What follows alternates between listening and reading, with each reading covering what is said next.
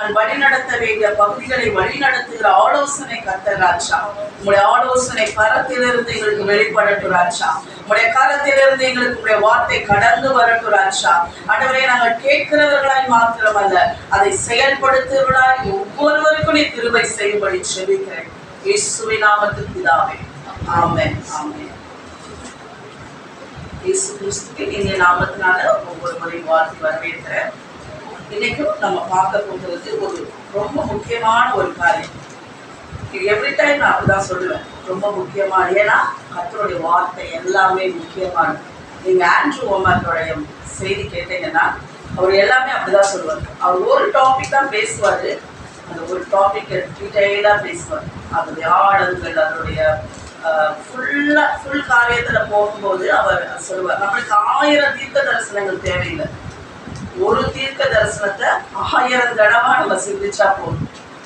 அது ரொம்ப important. Every time நம்ம ஒரு செய்தி கேட்குறோம் அப்படிங்கிறது கிடையாது. அந்த ஒரு செய்தியை எனக்குள்ள நான் எப்படி எடுக்கிறேன், என் வாழ்க்கைக்குள்ள அந்த செய்தி எப்படியா செயல்பட என்னை அனுமதிக்கிறேன்.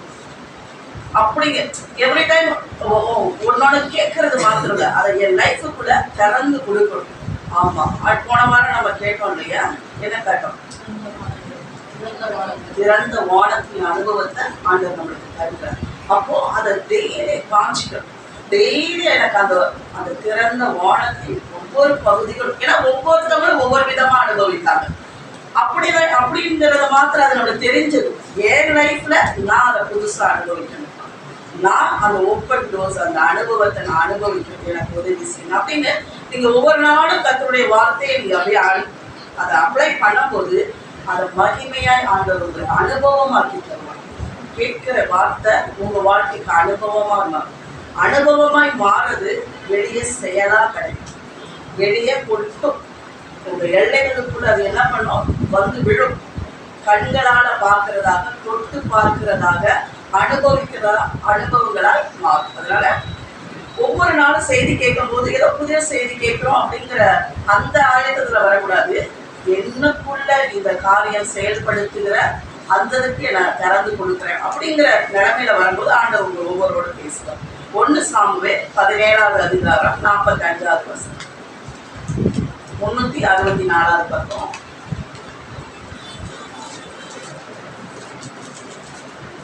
1 சாமுவேல் 17வது அதிகாரம் 45வது வசனம். ஜனங்களோ சவுலை நோக்கி, இஸ்ரவேலிலே இந்த பெரிய ரட்சிப்பை செய்த யோனத்தான் கொலை செய்யப்படலாமா? அது கூடாது, அவன் தலையில் இருக்கிற தாவீது பெலிஸ்தரை நோக்கி, நீ பட்டயத்தோடும் ஈட்டியோடும் கேடகத்தோடும் என்னிடத்தில் வருகிறாய், நானோ நீ நிந்தித்த இஸ்ரவேலுடைய ராணுவங்களின் தேவனாகிய சேனைகளுடைய கர்த்தரின் நாமத்திலே உன்னிடத்தில் வருகிறேன். என சேர்த்து வாசிக்கலாமா? அதற்கு தாவீது பெலிஸ்தரை நோக்கி, நீ பட்டயத்தோடும் ஈட்டியோடும் கேடகத்தோடும் என்னிடத்தில் வருகிறாய், நானோ நீ நிந்திக்கிற இஸ்ரவேலுடைய ராணுவங்களின் தேவனாகிய சேனைகளுடைய கர்த்தரின் நாமத்திலே உன்னிடத்தில் வருகிறேன். இந்த கதை நம்ம எல்லாருக்கும் நல்லா தெரிஞ்ச கதை. கோலியாத், தாவீது. கோலியாத் பெரிய ஆளா நிற்கிறான். எப்படி நிற்கிறான்?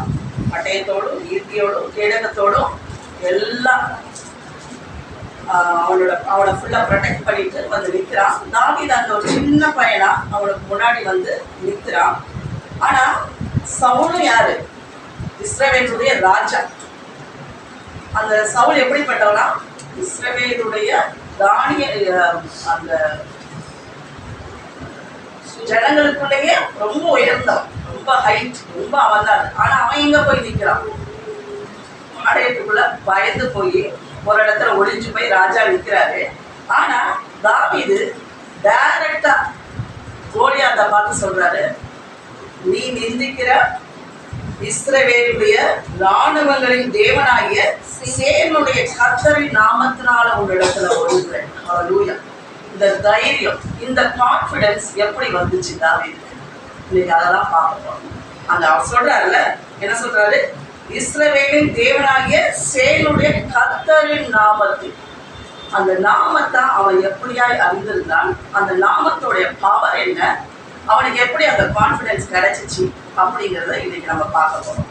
இது எப்படி அவன் வாழ்க்கையில கிடைச்சிச்சு அப்படின்னு பார்த்தா, ஆண்டவர் மோசே கிட்ட சொல்றாரு, ஆரோனை பார்த்து நீ ஒவ்வொரு நாளும் நீ ஜனங்கள் மேல இந்த ஆசீர்வாதத்தை சொல்லணும்.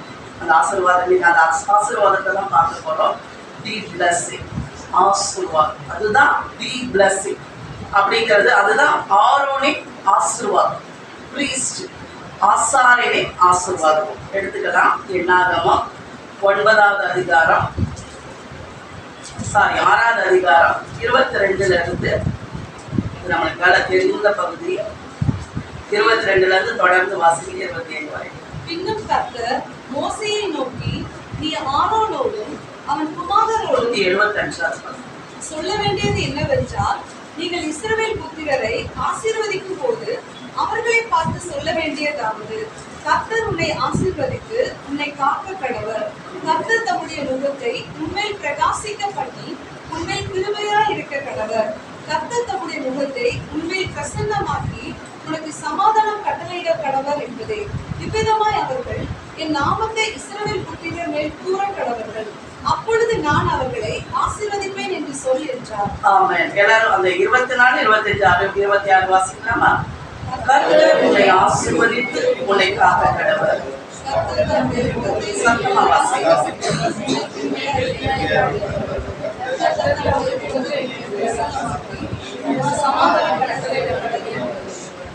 ஆனா அப்ப சொல்லிட்டு கடைசி என்ன சொல்ற, இவ்விதமாய் அவர்கள் என் நாமத்தை இஸ்ரவேல் புத்திரர் மேல் கூற கடவர்கள், அப்பொழுது நான் அவர்களை ஆசீர்வதிப்பேன். இங்க எதுவும் நாமத்தை குறிச்சு எதுவும் சொல்லல. யாவே அப்படிங்கிற நாமம் இப்படி செய்யும் அப்படிங்கிறதெல்லாம் சொல்லல. இங்க என்ன சொல்றாரு, ஆசீர்வாதத்தை கூறுகிறார். அவர் ஆசீர்வாதத்தை கூறுகிறது தான் அவர் நாமத்தை அறிவிக்கிறது என்பதை அர்த்தம். ஹல்லேலூயா. அவருடைய ஆசீர்வாதத்தை நாம் அறிந்திருக்கும் போது அது அவருடைய நாமமாய் நம்மளுக்கு பாதுகாப்பாய் இருக்கிறது. ஹல்லேலூயா. இவ்விதமாய் அந்த ஒவ்வொரு ஆசீர்வாதமும் என்ன அப்படிங்கிறத தான் இன்னைக்கு நம்ம பார்க்க போறோம். கர்த்தர் உன்னை ஆசீர்வதித்து உன்னை காக்க கடவர். ஃபர்ஸ்ட் என்ன ஆண்டவருடைய வார்த்தை என்ன சொல்லிக்கிறது, கர்த்தர் உன்னை ஆசீர்வதித்து உன்னை காக்க கடவர். ஆண்டவர் இந்த இடத்துல என்ன சொல்ல விரும்புகிறார் அப்படின்னா, என் இருதயம் எப்பொழுதும் ஜனங்களை ஆசீர்வதிக்க நாடிட்டு இருக்கிறது. அதுதான் என் விருப்பமா இருக்கிறது. அவருடைய இருதயத்தின் விருப்பத்தை மோசே கிட்ட சொல்லி ஆரோன் மூலம் நிறைவேற்ற சொல்கிறார். டெய்லி பிளஸ் பண்ணு. டெய்லி அவங்க என்ன பண்ணுவாங்கன்னா, காலையில தேவனுக்கு பலி செலுத்துவாங்க. பலி செலுத்தி முடிச்சோடனே அந்த காங்கிரிகேஷன் எல்லாரும் கூடனோடனே ஆரோன் 2 கரங்களை உயர்த்தி இந்த வார்த்தையை அவங்க மேல சொல்லுவார். கர்த்தர் உன்னை ஆசீர்வதித்து உன்னை காக்க கடவர். கர்த்தர் தம்முடைய முகத்தை உன்மேல் பிரசன்னம் பிரகாசிக்க பண்ணி உன்மேல் கிருபையா இருக்க கடவர். கர்த்தர் தம்முடைய முகத்தை உன்மேல் பிரசன்னமாக்கி உனக்கு சமாதானம் கட்டளையிட கடவர் என்பது அப்படின்னு சொல்லும் போது எல்லாரும் ஆமேன்னு சொல்லி அவங்க ஒவ்வொரு நாளும் அந்த பிளஸ்ஸிங்கை அவங்க அந்த பிளஸ்ஸிங்குள்ள வாழ்ந்தவங்க. ஹல்லேலூயா. அவங்க ஆசீர்வாதத்துக்குள்ள வாழ்ந்தவர். நம் தேவன் ஆசீர்வதிக்கிற தேவன். நம் தேவன் ஸ்டார்டிங்ல இருந்தே பார்த்தா முதல்ல என்ன, யார் ஆசீர்வதித்தார்? ஆதாம் ஆசீர்வதித்தார். எடுத்தோடனே நீங்க பழுகி பெருகி பூமியை நிரப்பி ஆள கடவீர்கள் என்று சொல்லி ஆசீர்வதித்தார். அடுத்து ஆபிரகாம சொல்றார், உன் பேரை பெருமைப்படுத்தி உன்னை ஆசீர்வதித்து உன்னை என்ன பண்ணுவேன், பெருக பண்ணுவேன். நீ ஆசீர்வாதமா இருப்பார். உன்னை ஆசீர்வதிக்கிறவர்கள் ஆசீர்வதிக்கப்பட்டவர்களா இருப்பார்கள், உன்னை சபிக்கிறவர்கள் சபிக்கப்பட்டவர்களா இருப்பார்கள் சொல்லி ஆசீர்வதிக்கிறார்.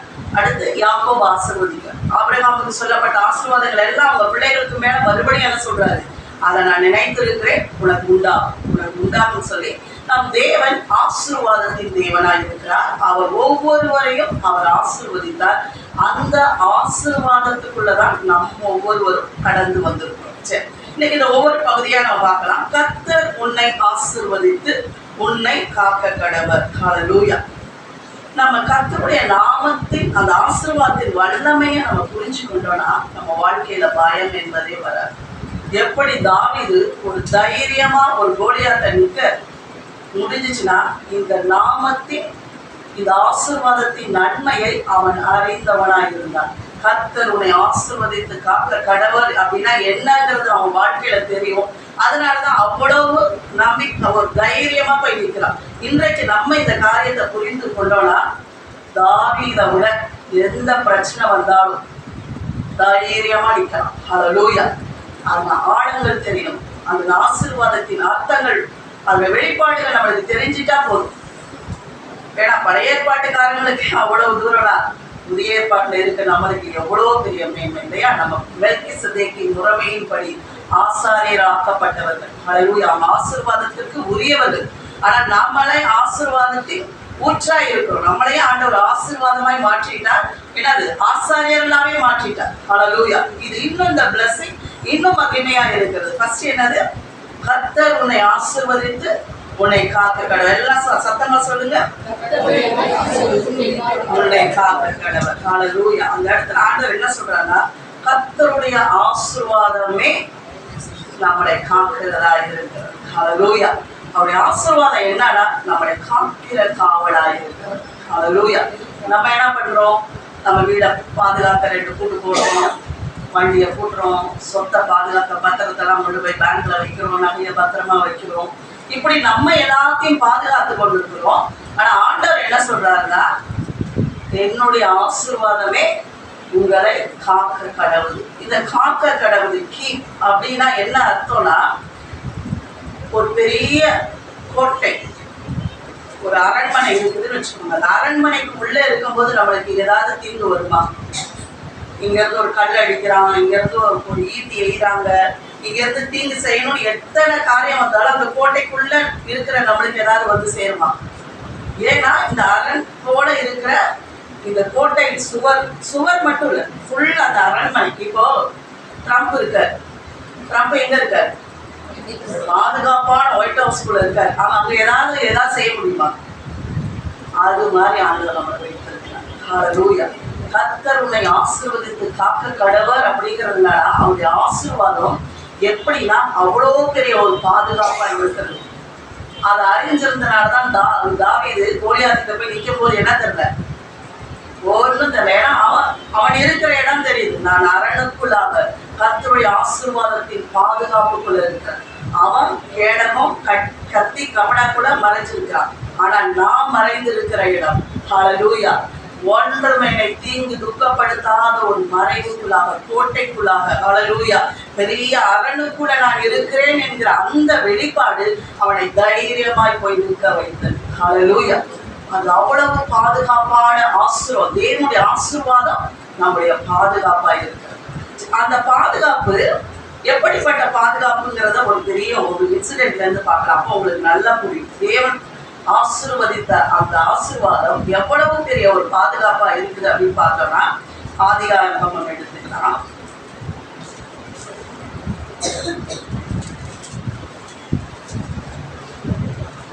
ஆதியாகமம் என்னாகும் அந்த 22வது அதிகாரத்தை நம்ம பார்க்கலாம். ஹல்லேலூயா. அது நம்மளுக்கு நல்ல ஒரு தெரிஞ்ச ஸ்டோரி. அது எந்த அளவு நம்ம பாதுகாப்பா இருக்கலாம். அந்த பாலாக் பிளேயா அந்த கதை நம்மளுக்கு தெரியும் இல்லையா? பாலாக் அந்த இஸ்ரவேல் ஜனங்கள் கடந்து வரும்போது பாலாக்கு அந்த மீதியான ராஜாவாகி அந்த பாலாக்கு அது என்ன ஆயிடுச்சு, ரொம்ப பயம் வந்துருச்சு. இவங்க எப்படி இருக்காங்க, ஒரு மந்தையை மேய்க்கிறது போயின்னா அது மந்த மாதிரி வந்து இறங்கி நம்ம எல்லாரையும் இது பண்ணிடுவாங்க. அது இல்லாம அவங்க கடந்து வந்த பாதையெல்லாம் எமோரியன் ராஜாவெல்லாம் அவங்க ஜெயித்ததெல்லாம் பார்த்துட்டு இவங்களுக்கு எப்படி இருக்குது, பயம் வந்துட்டு இந்த ராஜா என்ன செய்யறாருன்னா ஒரு தந்திரமான ஒரு வேலை செய்யலாம். இவங்களை சபிச்சிருவோம், இவங்களை சபிச்சுட்டு இவங்களை என்ன பண்ணிடலாம், பிடிச்சிடலாம் அப்படிங்கிற ஒரு தந்திர வேலையை செஞ்சு பிள்ளையாண்டிட்ட போய் என்ன பண்றாரு, ஃபர்ஸ்ட் பணத்தை கொடுத்து அனுப்பிச்சு இவங்களை என்ன பண்ணுங்க, இந்த இஸ்ரவேல் ஜனங்களை சபிச்சிருங்க அப்படின்னு சொன்னாங்க. ஃபர்ஸ்ட் என்ன போய் ஆண்டோட்ட கேட்கும் போது என்ன சொல்றாரு, நான் ஆசீர்வதிச்ச என் பிள்ளைங்க, நீ எப்படி சமைக்க முடியும், நீ போகக்கூடாது அப்படிங்கிறான். அப்புறம் அடுத்த ஒரு எவ்ரி டைம் கொஞ்சம் கொஞ்சமா அவனுக்கு லஞ்சம் கூடி வந்தோடனே நம்ம ஆளுக்கு என்ன ஆயிடுச்சு, டெம்ட் ஆயிடுச்சு. சரி கேட்டு வரேங்கிறான். ஆனா ஆண்டவர் போகக்கூடாதுங்கிற இருந்தாலும் சொல்ற, சரி ஆண்டோட்ட இது நம்மளுக்கு நல்லா தெரிஞ்சு கொள்ள ஒரு வேண்டிய ஒரு பகுதி. சம்டைம்ஸ் ஆண்டவர் நம்ம பிடிக்காத காரியத்தை நம்ம தொடர்ந்து கேட்கும் போது என்ன பண்ணுவாரு, போன்னு சொல்ல மாட்டார், போய் குழம்பார். நம்ம என்ன நினைச்சுக்குவோம், என் ஜெபத்துக்கு பதில் கிடைச்சிருச்சு. சில நேரம் அப்படி நினைப்போம், கிடையாது. அது கொலை. அது ஆண்டவர் நம்ம பிள்ளைங்களே பாருங்களேன், சில நேரம் ரொம்ப இரிட்டேட் பண்ணும்போது நம்மளுக்கு மனசளவுல இஷ்டம் இருக்காது. இப்போ பைக் கேட்குதுங்கன்னா நம்மளுக்கு தெரியும் சேஃப்டி இன்னும் கொஞ்சம் வளரணும், அதுக்கப்புறம் நம்ம அது வாங்கி கொடுக்கணும். ரொம்ப வளர்த்த போது என்ன பண்ணுவோம், சரி கொலை போன்லாம் எப்படி கொடுக்குறோம்? அது மனசுல இருந்து செய்யறது இல்ல, ஆனா கேட்டானே கொடுக்க. நம்ம என்ன நினைச்சுக்கிறோம்? பதில் வந்துருச்சு அப்படின்னு. அது மாதிரிதான் இவன் பதில் வந்துருச்சுட்டு போறான். அது ஒவ்வொரு தடவையும் பாருங்க, ஆண்டோடைய இருதயத்தை பாருங்க, அந்த ஆசீர்வாதத்தின் மகிமையை பாருங்க. ஆண்டவர் இன்னைக்கு அவருடைய ஆசீர்வாதத்தின் மகிமையை உங்களுக்கு வெளிப்படுத்தணும்னு விரும்புகிறார். ஏன்னா நம்ம 23:9-10 பார்ப்போம். அந்த பகுதியை எடுத்து வச்சுக்கோங்க. 23ஆவது அதிகாரம். கண்களை உச்சியில் இருந்து நான் அவனை கண்டு குற்றுகளில் இருந்து அவனை பார்க்கிறேன். அந்த ஜனங்கள் ஜாதிகளோட கலவாமல் தனியே வாசமாய் இருப்பார்கள். யாக்கோபின் தோளை எண்ணத்தக்கவன் யார்? இஸ்ரவேலின் கால் பங்கை எண்ணுகிறவன் யார்? நீதிமான் மறிப்பது போல் நான் மறிப்பேனாக, என் முடிவு அவன் முடிவு போல் இருப்பதாக என்றார். அந்த ஒரு மலையில போய் என்ன சொல்றாரு? நீ 7 வழிகளை செலுத்தி அந்த மலையில நிக்கிறாப்ல, அந்த ராஜாவை நிக்க வச்சுட்டு நான் ஆண்டவர்கிட்ட போய் கேட்டுட்டு வரேன் அப்படின்னு சொல்லிட்டு இங்க வந்து வாயை திறந்து அவங்க எல்லாம் நான் நல்லாவே இருக்க மாட்டாங்கன்னு சொல்ல வர ஆண்டவர் ட்விஸ்ட் பண்ணிட்டாரு. நாக்க என்ன சொல்றாங்க? அது எல்லாம் அழகா சொல்றாங்க. இந்த ஜனங்கள் ஜாதிகளோட கலவாமல் தனியாய் வாசமாய் இருப்பவர்கள். அல்லேலூயா. அவங்களுடைய ஆசீர்வாதமே என்னன்னா, அவங்க தனியா தேவனுக்கு என்று பிரித்தெடுக்கப்பட்டவர்கள். அல்லேலூயா. அவர்கள் யாக்கோபின் தூளை எண்ணத்தக்கவன் யார்? அவங்க அவ்வளவாய் விரிந்து பறந்து எப்படி தூளை எண்ணத்தான் எண்ணிக்கவே முடியாத அளவு ஆசீர்வதிக்கப்பட்டவர்கள்னு சொல்லி விஷயம். இல்ல பாலாளுக்கு சரி கடுப்பாயிடுச்சு. சரி இந்த இடத்த ஏரியா மாத்துன்னு சொல்லிட்டு அடுத்த ஏரியாவில் கொண்டு போயிடுச்சு சொல்றாரு. 18-24 வாசிக்கலாம். அப்பொழுது அவன் தன் வாக்கியத்தை எடுத்துரைத்து, பாலாகே, எழுந்திருந்து கேளும், சிப்போரின் குமாரனே, எனக்கு செவிகொடு. பொய் சொல்ல தேவன் ஒரு மனிதன் அல்ல, மனமாற அவர் ஒரு மனுபுத்திரனும் அல்ல. அவர் சொல்லியும் செய்யாதிருப்பாரா? அவர் வசனித்தும் நிறைவேற்றாதிருப்பாரா? இதோ ஆசீர்வதிக்க கட்டளை பெற்றேன், அவர் ஆசீர்வதிக்கிறார், நான் திருப்பக்கூடாது. அவர் யாக்கோபிலே அக்கிரமத்தை காண்கிறதும் இல்லை, இஸ்ரவேலிலே குற்றம் பார்க்கிறதும் இல்லை. அவர்களுடைய தேவனாகிய கர்த்தர் அவர்களோட இருக்கிறார். ராஜாவின் ஜெய கம்பீரம் அவர்களுக்குள்ளே இருக்கிறது. தேவன் அவர்களை எகிப்திலிருந்து புறப்பட பண்ணினார். காண்டாமிருகத்துக்கு ஒத்த பலன் அவர்களுக்கு உண்டு. யாக்கோபுக்கு விரோதமான மந்திரவாதம் இல்லை, இஸ்ரவேலுக்கு விரோதமான குறி சொல்லுதலும் இல்லை. தேவன் என்னென்ன செய்தார் என்று கொஞ்ச காலத்திலே யாக்கோபையும் இஸ்ரவேலையும் குறித்து சொல்லப்படும். 24. அந்த ஜனம் துஷ்ட சிங்கம் போல எழும்பும், பால சிங்கம் போல நிமிர்ந்து நிற்கும். அது தான் பிடித்த இரையை பற்றித்து வெட்டுண்டவர்களின் ரத்தத்தை குடிக்க மட்டும் படித்துக் கொள்வதில்லை என்றார். 2வது தடவை என்ன பண்றா? அடுத்து வேற விதமா இவங்களை சபிக்கணும், வேற ஏரியால இருந்து வந்தா அதை விட நாக்கு ட்விஸ்டா என்ன பண்ணிருக்கு? பயங்கரமான ஆசீர்வாதம். எவ்ரி டைம் அவங்களுடைய ஆண்டவருடைய பிளஸிங் என்னது? ஜனங்கள் மேல கூடிட்டு எப்படி சொல்றாங்க? அந்த ஜனம் துஷ்ட சிங்கம் போல எழும்பும், பால சிங்கம் போல நிமிர்ந்து நிற்கும். அது தான் பிடித்த இரையை பட்சித்து வெட்டுண்ட ரத்தத்தை குடிக்க மட்டும் படுத்துக் கொள்வதில்லை. அது வீரமான ஜனம், ஜெயமுள்ள ஜனம். அதை ஒரு ஆளும் மேற்கொள்ளவே முடியாது அப்படின்ட்டு ஆசீர்வாதத்தை மறுபடியும் அவங்க மேல சொன்னாங்க. 3rd டைம் மறுபடியும் பாலாத்துக்கு செம்ம காண்டாயிடுச்சு. சரி, இன்னும் ஏதாவது கேட்க, நீ என்ன இருதயம் விருப்பம்படி கேளு, எதனாலும் நான் கொடுக்க ரெடியா இருக்கேன், தயவு செய்து இந்த ஒரு தடவையாவது நீ என்ன பண்ணிடு, அவங்க மேல சாபத்தை சொல்லிட்டு அடுத்த ஏரியாவில் கொண்டு போய் சாப்பிட்டு சவிக்க வைக்கிறார். இது ரொம்ப சூப்பரா இருக்கு. 23:5-9, 24. 24 என்னாகும்? 24:5-9. உன் கூடாரங்களும் இஸ்ரவேலே உன் வாசஸ்தலங்களும் எவ்வளவு அழகானவை! அவைகள் பரவி போகிற ஆறுகளைப் போலவும் நதியோரத்தில் உள்ள தோட்டங்களைப் போலவும் கர்த்தர் நாட்டின சந்தன மரங்களைப் போலவும் தண்ணீர் அருகே உள்ள கேதர் விருட்சங்களைப் போலவும் இருக்கிறது. அவர்களுடைய நீர்சால்களில் இருந்து தண்ணீர் பாயும். அவர்கள் வித்து திரளான தண்ணீர்களில் பரவும். அவர்களுடைய ராஜா ஆகாரை பார்க்கிலும் உயருவான். அவர்கள் ராஜ்யம் மேன்மை அடையும். தேவன் அவர்களை எகிப்திலிருந்து புறப்பட பண்ணினார். காண்டாமிருகத்துக்கு ஒத்த பலன் அவர்களுக்கு.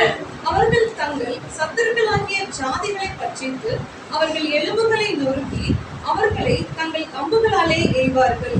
சிங்கம் போலவும் துஷ்ட சிங்கம் போலவும் மடங்கி படுத்துக் கொண்டிருக்கிறார்கள். அவர்களை எழுப்புகிறவன் யார்? உங்களை ஆசீர்வதிக்கிறவன் ஆசீர்வதிக்க சபிக்கப்பட்டவன், உங்களை சபிக்கிறவன் சபிக்கப்பட்டவன் என்றான். ஆமா. அடுத்த வர ஆசீர்வாதம் எப்படி இருக்குது? அவன் கூடாரங்கள் எவ்வளவு அழகானவைகள், அவங்க வாசஸ்தலம் எவ்வளவு மேன்மையானது, அவங்க பரவி பாயிற ஆற போல இருப்பாங்க, நதியோரத்தில் உள்ள தோட்டங்களை போல இருப்பாங்க, கர்த்தர் நாட்டின சந்தன மரத்தை போல இருப்பாங்க, தண்ணீர் அருகே உள்ள கேது விருட்சங்களை போல இருப்பாங்க, அவர்களுடைய நீர் காய்ச்சலா இருந்து தண்ணீர் பாயும், அவர்கள் வித்து திரளாய் தண்ணீர் பாயும், அவருடைய ராஜா ஆகாய பார்க்கணும் உயரமா அப்படின்ட்டு தேவன் அவர்கள் மேல் வைத்த ஆசீர்வாதத்தை தான் அவனால சொல்ல முடிஞ்சிச்சே ஒழிய ஒரு சாபத்தையும் சொல்ல முடியல. ஹல்லேலூயா. கர்த்தர் உங்களை ஆசீர்வதித்து காக்க கடவர். ஹல்லேலூயா. உங்க மேல ஆசீர்வாதத்தை வைக்கும் போது ஒரு சாபமும் உங்க மேல ஒருவரும் சொல்ல முடியாது. இஸ்ரவேலுக்கு விரோதமாக மந்திரவாதம் இல்லை, யாக்கோபுக்கு விரோதமாக குறி சொல்லுதலும் இல்லை. ஹல்லேலூயா. உங்க வாழ்க்கையில தேவன் ஆசீர்வதித்த பததான் சொல்றேன். அந்த 19வது வசனத்தை பாருங்களேன். 20வது வசனம், இதோ ஆசீர்வதிக்கப்பட்ட கட்டளை பெற்றேன், அவர் ஆசீர்வதிக்கிறார், அதை நான் திருப்ப கூடாது. ஹல்லேலூயா. நான் ஆசீர்வதிக்கிறதுக்கு தான் நான் அங்க இருந்து கட்டளை வாங்கியிருக்கேன். நான் போய் ரிவர்ஸ் பண்ணி என்ன பண்ண முடியாது, சாபத்தை சொல்ல முடியாது. ஏன்னா தேவனால் ஆசீர்வதிக்கப்பட்ட ஜனம் இந்த ஜனம். ஹல்லேலூயா. நம்ம ஆண்டவர் பார்த்து சொல்றார், நீங்கள் தேவனால் ஆசீர்வதிக்கப்பட்டவர்கள். உங்க மேல ஒரு சாபத்தையும் ஒரு எதிர்மறையான வார்த்தையும் ஒருவரும் கூற முடியாது. கூறுனா என்ன ஆகுனா, ரிட்டர்ன் ஆகி அவனுக்கு போயிடும். அமேசான் ரிட்டர்ன் மாதிரி என்ன ஆயிடும், ரிட்டர்ன் ஆகி அவன் ஏரியாவுக்கு போயிடும். உங்க மேல ஆசீர்வாதத்தை மட்டும்தான் சொல்ல முடியும். ஹல்லேலூயா. ஏன்னா அவர் ஆசீர்வாதத்தின் தேவன். தி பிளஸிங் நம்ம மேல என்றைக்கும் இருக்கிறது. கர்த்தர் ஆசீர்வதித்து காக்க கடவுள். அவருடைய ஆசீர்வாதமே என்னன்னா காக்கிற ஆசீர்வாதம். ஒரு நாள் நம்முடைய வாழ்க்கையில காக்கப்படாத ஆசீர்வாதம், நம்மளை காக்கிற ஆசீர்வாதம். ஹல்லேலூயா.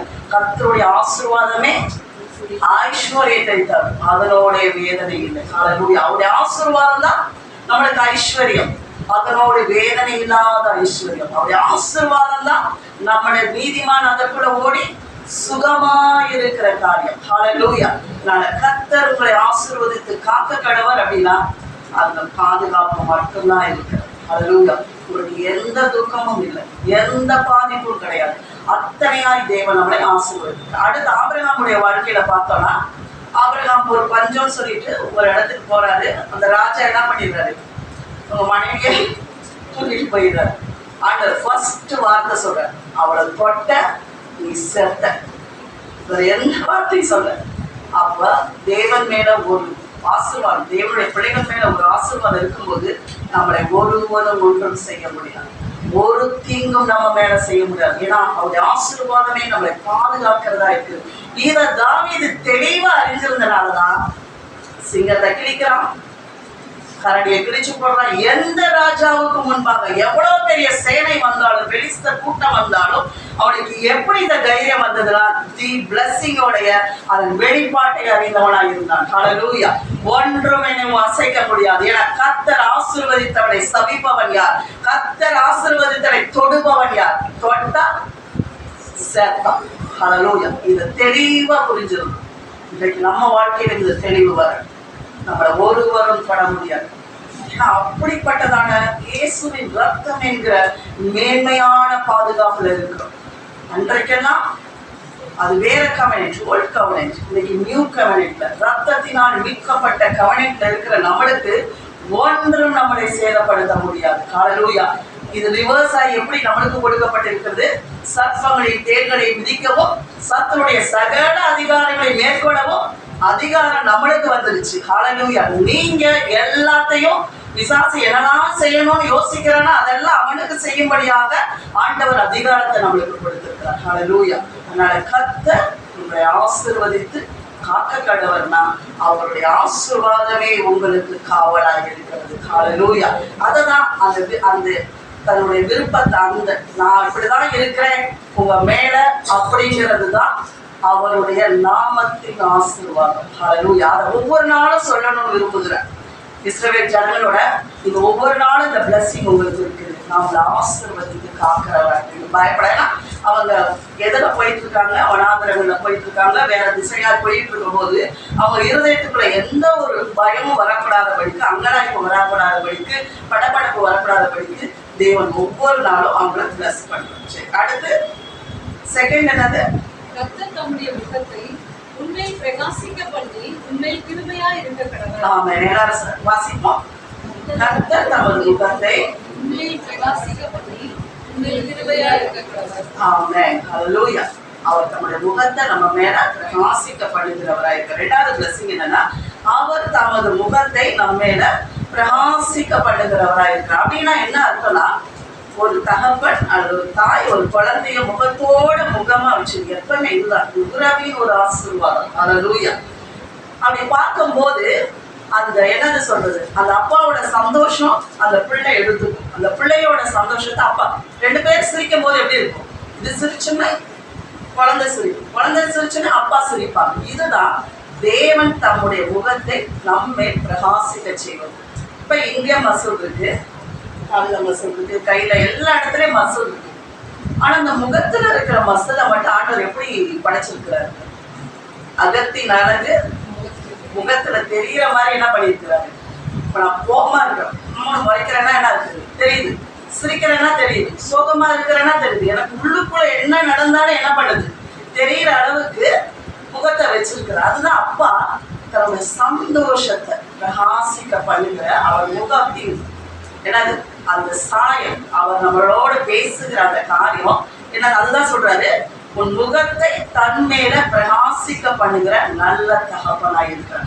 உண்மையில எப்பொழுது நான் என்ன பண்ணுறேன், என்னுடைய சந்தோஷத்தை கொடுக்கிற தகப்பனாய் இருக்கிறேன். ஹல்லேலூயா. இதுதான் அந்த தகப்பனும் அந்த பிக்சர் வச்சுக்கோங்க. அதுதான் ஃபர்ஸ்ட் தேவன் உன்னை காக்க கடவுள்ங்கிறது. இந்த பிக்சர் எப்பயும் வச்சுக்கோங்க. அரணான கோட்டைக்குள்ள நீங்க பாதுகாப்பா இருக்கீங்க. எப்பயும் உங்களுக்குள்ள வரணும். ஆண்டவர் சொல்றாரு, ஆபிரகாம் பார்த்து அந்த நட்சத்திரம் அதெல்லாம் நம்ம இமேஜின்குள்ள இருக்கிற தவறான எண்ணங்களை உடைத்து தேவன் நம்மளை எப்படி வைத்திருக்கிறார் என்பதை காண செய்கிற ஒரு தீர்க்க தரிசன காட்சிகள். இதெல்லாம் நம்ம மனசுல எப்பயுமே ஆழமா இருக்கணும். அதே போலதான் இதுவும் தான். ஃபர்ஸ்ட் தேவனுடைய ஆசீர்வாதத்தை காக்க கடவர் அப்படிங்கும் போது உங்களுக்கு என்ன வரணும்னா, உங்க மனசுல எப்பயும் இருக்க வேண்டியது, நான் அவ்வளோ பெரிய ஒரு இதுதான் நம்மளுக்கு ஈஸியானது. ட்ரம்ப் இருக்கிற இடத்துல நான் இருக்கேன். ட்ரம்பை யார் என்ன செய்ய முடியும்? எத்தனை காவல், எத்தனை அவள் பார்க்கவே முடியாது. அந்த அளவு சேஃப்டியான அவங்களுக்குலாம் எத்தனையோ என்னமோலாம் சொல்றாங்கல்ல, அவங்களுடைய பாதுகாப்புலாம் விதம் நம்மளுடைய பாதுகாப்பை விட அந்த அமெரிக்கன்ஸோடைய பாதுகாப்பு ரொம்ப பயங்கர, செக்யூரிட்டி எல்லாம் பயங்கரமான உச்ச காவல் சொல்லுவாங்க. அது மாதிரி நம்ம உச்ச பாதுகாப்புக்குள்ள வைத்திருக்கிறோம். அடுத்து ரெண்டாவது, தேவன் தம்முடைய முகத்தை உங்கள் பிரகாசிக்கப்படுகிறதுனா, அப்பா பிதா பரிசுத்த தேவன் உங்களையும் அவரையும் அப்படி நேரம் வச்சு பார்த்துக்கோங்க. அவரின் மேல அவர் முகத்தை பிரகாசிக்கப்படுகிறார். அவர் எப்பொழுதும் அந்த பிரகாசத்தை என் மேல வீச செய்கிறார். ஹல்லேலூயா. அடுத்து, உன்மேல் கிருபையா இருக்க கடவர். ஹல்லேலூயா. மூணாவது பிளஸிங் என்னது? அவர் நாடாளும் இல்லையா? ஃபர்ஸ்ட் உன்னை ஆசீர்வதித்து உன்னை காக்க கடவர். அது ரெண்டு காரியம். அடுத்து, தன் முகத்தை உன்னை பிரசனமாக்கி உன்னை கிருபையா இருக்க கடவர் அப்படிங்கிறத நம்ம அது ஒரு பகுதியில பார்க்கலாம். ஆதியாகமம் 43வது அதிகாரம் 29வது வசனத்தை பார்க்கலாம். அவர் உண்மையில் கிருபையா இருக்க கடவர் அப்படின்னா என்ன அர்த்தம் அப்படின்னா, அவன் தன் கண்களை ஏறெடுத்து தன் தாய் பெற்ற குமாரனாகிய தன் சகோதரன் பென்யமீனை கண்டு, நீங்கள் எனக்கு சொன்ன உங்கள் இளைய சகோதரன் இவன் தானா என்று கேட்டு, மகனே தேவன் உனக்கு கிருபை செய்ய கடவர் என்றார். ஆமாம். ஏன்னா இந்த ஸ்டோரி நம்மளுக்கு தெரியும். ஆண்டவர் யோசேப்பை பயங்கரமா உயர்த்தி ஆசீர்வதிச்சு எகிப்து தேசத்துல இருக்கிறாரு. அப்ப பஞ்சம் வரும்போது இந்த யாக்கோபுடைய பிள்ளைகள், அந்த 11 பிள்ளைகளும் போய் அங்க சாப்பாடு வாங்க போறாங்க. 10 பிள்ளைங்க அங்க போறாங்க. அந்த பென்யமீன் மட்டும் வரல. அப்ப யோசேப்பு என்ன சொல்றாரு, அந்த பென்யமீன் வந்தாதான் என்ன பண்ணுவேன், மறுபடியும் கொடுப்பேனோட பெஞ்சமீனை லாஸ்ட் அழைச்சிட்டு வராங்க. அழைச்சிட்டு வரும்போது அங்க பாக்குறாங்க. அந்த பென்யமீனை பார்த்தோன்னே அந்த அங்க எப்படின்னா அவங்க எல்லாம் பிரதர்ஸ் தான். ஆனா பெஞ்சமின் மட்டும் என்னது, தன்னுடைய கூட பிறந்த சகோதரன். அந்த சகோதரன் பார்த்தா என்ன சொல்றான், ஆண்டவர் உண்மையில கிருபை செய்ய கடவர். அப்படின்னா என்னன்னா, ஆண்டவர் நம்மள அவ்வளோ பெரிய கூட்டத்துல விதமா நம்மளை அழைத்து ஆசீர்வதிக்கிறவராக இருக்கிறார். ஹல்லேலூயா. உங்க மேல கிருபையா இருக்க கடவர் அப்படின்னா எவ்வளோ பெரிய கூட்டத்துக்குள்ள ஆண்டவர் உங்களை தனியா எடுத்து, எப்படி பெஞ்சமீனை தனியா கூப்பிட்டு என் பக்கத்துல இருக்கவங்க சாப்பிடலாம், எப்படி சொன்னான், 5 மடங்கு எக்ஸ்ட்ரா கொடுக்குறான். வீட்டுக்கு போகும்போது நிறைய கொடுத்து அனுப்புறான். Special people. ஹல்லேலூயா. ஸ்பெஷல் ஆண்டவர் உங்களை தனிப்பட்ட விதமா, நீங்க எவ்வளோ பேருக்குள்ள இருந்தாலும் ஒன்னமாங்க ஒரே ஒரு ஆளை தனிப்பட்ட விதத்துல எடுத்து உங்களை ஆசீர்வதிக்கிறது தான் உங்கள் மேல் கிருபையா இருக்க கடவுள். இன்னைக்கு அது நம்ம வாழ்க்கையில எவ்வளவு உண்மையான காரியம். எத்தனை கோடி மக்கள் இல்லையா, எத்தனை கோடி மக்கள் இருக்கிறார். நம்ம குடும்பத்துல எவ்வளோ பேர் இருக்காங்க, நம்ம சந்தத்தில எவ்வளோ பேர் வந்திருக்காங்க. ஆனா நான் ஒவ்வொருவரையும் சூஸ் பண்ணேன். வா, என் பக்கத்துல உட்கார்ந்து சாப்பிடு, என் சிங்காசனத்துல நீ வந்து பங்கு பெறு. ஹல்லேலூயா. என்னுடைய ஆளுகையில நீ வந்து இரு. இந்த உலகத்துல இருக்கிற நான் சம்பாதிச்ச எல்லா சம்பாதியத்துக்குள்ளும் நீ என்னது, நீ அதை அனுபவி, நீ அதுல பார்ட்டிசிபேட் பண்ணு அப்படின்னு சொல்லி நம்ம மேல ஆண்டவர் கிருபையா இருக்கிறார். ஹல்லேலூயா. அவன் அந்த முகத்தை பிரகாசிக்க பண்ணுகிறது அப்படின்னா என்ன, அதோட ரிசல்ட் என்னன்னா அவர் கிருபையா இருக்கிறார். ஹல்லேலூயா. நம்மளுக்கு அவர் அத்தனையாய் ஒவ்வொரு காரியத்திலும் அவர் கிருபை செய்கிறது அப்படின்னா அவ்வளோ பேர் மத்தியில உங்களை தனிப்பட்ட விதத்துல அவர் மனசுல நினைச்சு உங்களுக்கு வேண்டிய காரியங்கள் எல்லாவற்றையும் செய்யறது தான் உங்கள் மேல் கிருபையா இருக்கு. இதுதான் ஆர்வத்தை சொல்ல விரும்புறேன். இந்த ஜனம் எல்லாம் இருக்கு, ஆனா உங்களை நான் எப்படி இருக்கிறேன், ஒன்றிலும் கலவாதவர்களாக தனிப்பட்ட விதத்துல நான் தனிச்சு வச்சிருக்கிறேன். நீங்க எல்லா கிருபை பெற்றவர்கள் அப்படின்னு சொல்லி அவங்கள ஆசீர்வதிக்கிறேன். சரி, இந்த ஆசீர்வாதத்துல பாத்தீங்கன்னா ஏதோ ஒரு காமன் ஆசீர்வாதம் கிடையாது. உண்மை, பர்சனல் பிளஸிங். பாருங்களோ, கர்த்தர்னு எங்க வருதோ அந்த இடத்துலதான் என்ன வருது, உண்மை, அப்படி இந்த ஆண்டவர் இதை இப்ப நம்ம கேட்கும் போது இவ மொத்தமா இல்லை, எனக்கு நீங்க எடுத்துக்கணும். ஆமா, கர்த்தர் என்னை ஆசீர்வதித்து என்னை காக்க கடவர். கர்த்தர் தம்முடைய முகத்தை என்னை பிரசனமாக்கி என்மேல் கிருபையா இருக்க கடவர் அப்படின்னு சொல்லி இது எப்படின்னா பர்சனலா தனிப்பட்ட விதமா தேவன் நம்மளோடு பேசுகிற ஆசீர்வாதம். ஹல்லேலூயா. இந்த பிளஸிங்கை தான் டெய்லி இஸ்ரவேல் ஜனங்கள் அந்த பிளஸிங்ல தான் அவங்க வாழ்ந்தாங்க வந்தாங்க. அடுத்ததுல நம்முடைய முகத்தை உண்மையில் பிரசன்னமாக்கி உனக்கு சமாதானம் கட்டளையிட கடவர். நம்முடைய முகத்தை உண்மையில பிரசன்னமாக்கி உண்மையில சமாதானம் பிரசன்னமாக்குதல் அப்படின்னா எக்ஸ்ட்ரீம் ஃபேவர். ஹல்லேலூயா. ஆண்டவருடைய மாபெரும் தயவு உங்க மேல. ஆண்டவர் என்ன சொல்றாரா, நம்முடைய முகத்தை உங்க மேல பிரசன்னமாக்கி என்ன பண்ணுவேன், உங்களுக்கு சமாதானம். பிரசன்னமாக்குதல் அப்படின்னா என்னன்னா உறவு. அந்த பிரசனம் அப்படின்னாவே முகம் அப்படிங்கிற ஒரு டிரான்ஸ்லேஷன் தான் இருக்குது. ஆண்டவர் இந்த வருஷத்துல இந்த சீசன் உங்க ஒவ்வொருவருக்கும் எக்ஸ்ட்ரீம் ஃபேவர் தருகிறார். ஹல்லேலூயா. ரிசீவ் பண்ணிக்கோங்க. அவர் சொல்லும் போது பிடிச்சுக்கோங்க. எக்ஸ்ட்ரீம் ஃபேவர்ல நீங்க நடக்க போறீங்க. ஆண்டவர் நீங்க போகிற எல்லா இடத்திலும் உங்களுக்கு தயவை கட்டளையிட போங்க. எப்படி எஸ்தர் ராஜாத்துக்கு தகாசே ராஜாவோட கண்களை அத்தனை நாட்டு ஸ்திரீகள் வந்திருந்தாங்க. அழகிகள் தானே எல்லாரும் என்னது அழகுதான், அழகு செய்யப்பட்டவங்க தான். ஆனா எஸ்தருக்கு மட்டும் என்னது ஒரு எக்ஸ்ட்ரீம் ஃபேவர் இல்லையா. ராஜா செங்கோல நீட்டி என்ன பண்றாரு, நீ வந்து ராஜாத்தி. ஹல்லேலூயா. இந்த ராஜாத்தி ஏத்த ஒரு ராஜாத்தி அவர் என்ன பண்றாரு, தன்னுடைய ஃபேவரை காட்டுறாரு. இந்த காலங்கள்ல நீங்க எங்க போனாலும் அவருடைய எக்ஸ்ட்ரீம் ஃபேவர் உங்களை தொடர்ந்து வரும். ஹல்லேலூயா. எந்த சூழ்நிலை மத்தியிலும் உங்களை உயர்த்துகிற தயவாய். ஹல்லேலூயா.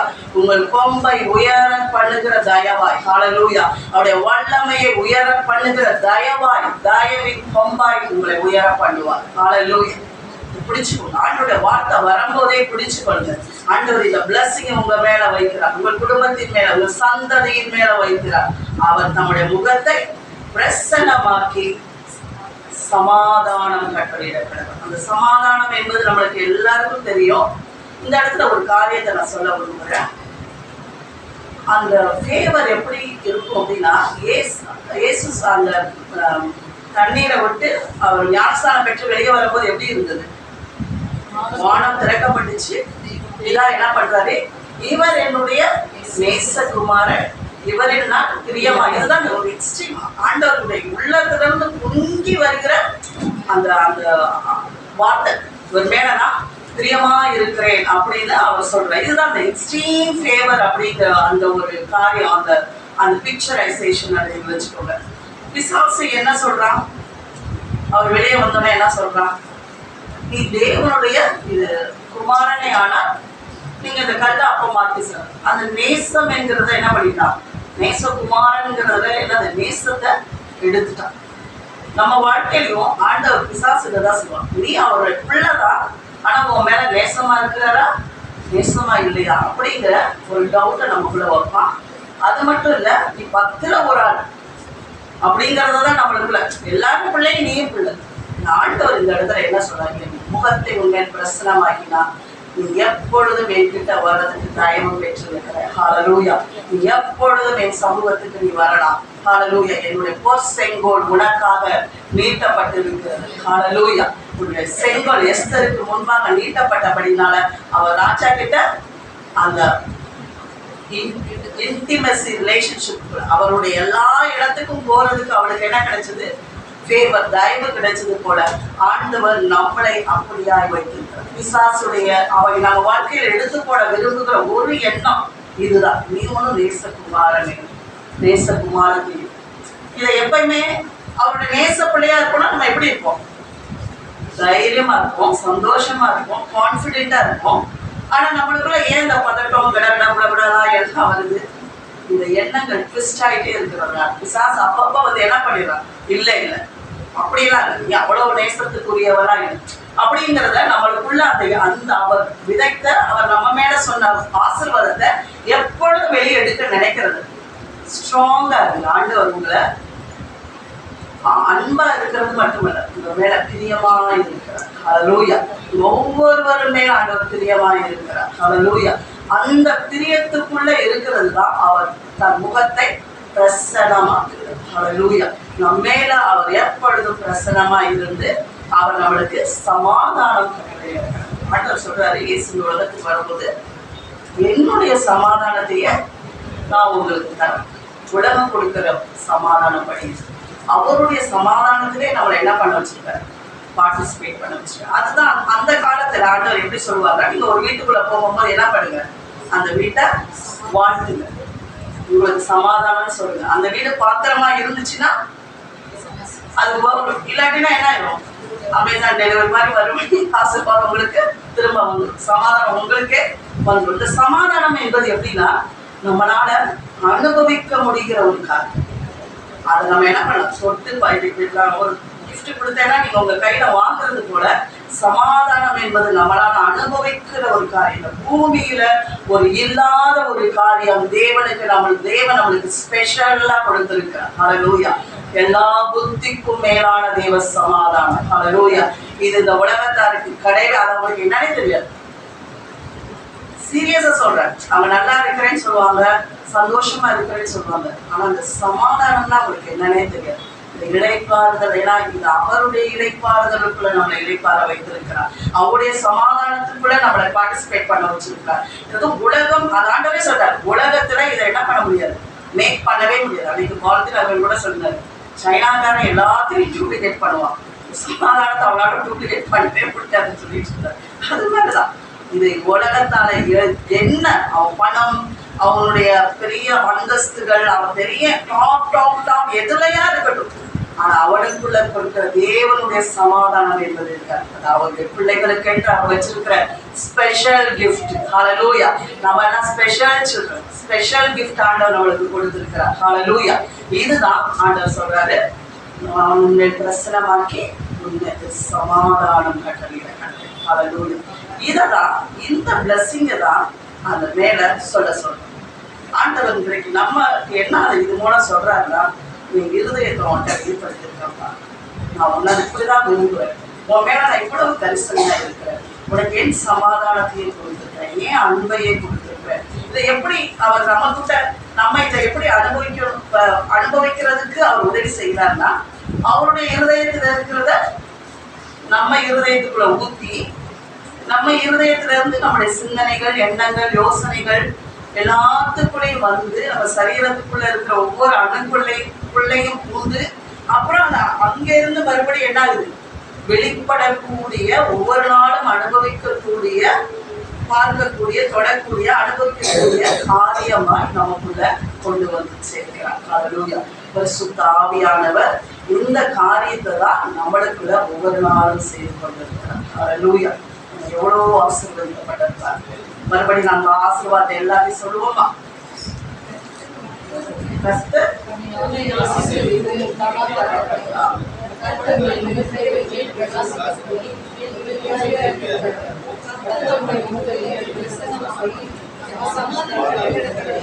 மறுபடியும் கர்த்தர் என்னை ஆசீர்வதித்து, எல்லாம் உங்களுக்கு உரிமையாக்கி சொல்லுவோம்.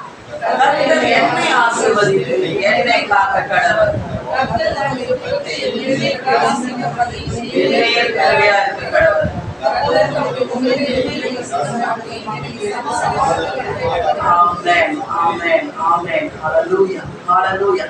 கடைசி அந்த ஒரு வசனத்தை வாசிக்கலாம். என்னாகமம் 23வது அதிகாரம் 19-20 வாசிக்கலாம். பொய் சொல்ல தேவன் ஒரு மனிதன் அல்ல, மனமாற அவர் ஒரு மனுபுத்திரனும் அல்ல. அவர் சொல்லியும் செய்யாதிருப்பாரா? அவர் வசனித்தும் நிறைவேற்றாதிருப்பாரா?